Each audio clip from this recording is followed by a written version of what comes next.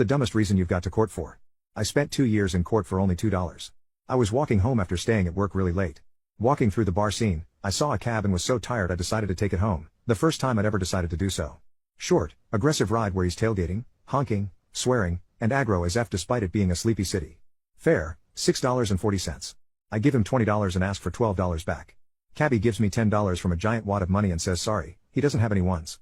Okay, dude thinks I'm intoxicated because he picked me up outside of a bar, and he thinks he deserves a better tip even though the ride was like 3 minutes. I say, what do you mean you don't have any ones? You're a cabbie, and I just saw your giant wad of cash. He persists. I say no, you're driving me down the street to that pizza shop and we're getting change. He says he won't. When I ask, he refuses to give me his name, and then gives me a menacing get the F out of my cab, looking like he's going to punch me in the face. Dude's definitely a tough guy and pretty scary, think short, stocky henchman type with buzzed silver hair and a leather jacket, so I leave, but not before catching his cab number as he speeds off. Okay, it's the principle of the matter. This guy's doing this to intoxicated kids all night, and probably making a lot of money by intimidating and victimizing these customers of a public service. F that. I call the cab company and get my full $10 back, but it takes a bunch of harassment and several months to finally get it. F that. I call the cab company's director, who couldn't care less and who flat out told me he believed the cabbie's story over mine, so not only is this poop happening, but it's being enabled and the complaints aren't being registered. F that especially. I tell him that if he doesn't take any course of action whatsoever then I'd be forced to take it up with the city's Transportation Oversight Commission that oversees all this stuff. He basically dares me to do so. Okay, so I enter into this ridiculously arduous process, where after reading up on the local laws I write a major complaint to the Public Commission and request they be fined under certain articles.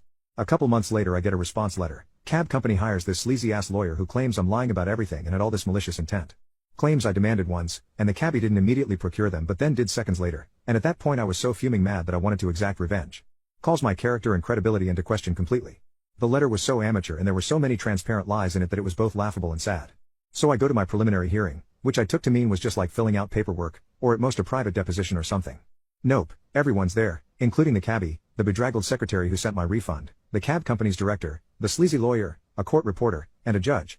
Ridiculous cheap suits all around for the cab entourage. The in-person sleaziness of the lawyer did not disappoint. Think bad pinstripe suit and pink tie, slicked back hair, and pencil mustache, all resting on a sweaty and anxious fat man whose only apparent mode in trial is a combination of snideness and faux suspicion. The cabbie's giving me threatening looks during the whole thing, and I'm frankly a little scared he's going to kick my ass afterward.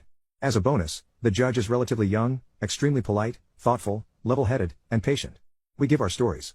Cabbie gives this really terribly acted story of how I intimidated him into getting more ones, become furious, etc., but he can't even keep his facts together and keeps stumbling over his obviously rehearsed lines.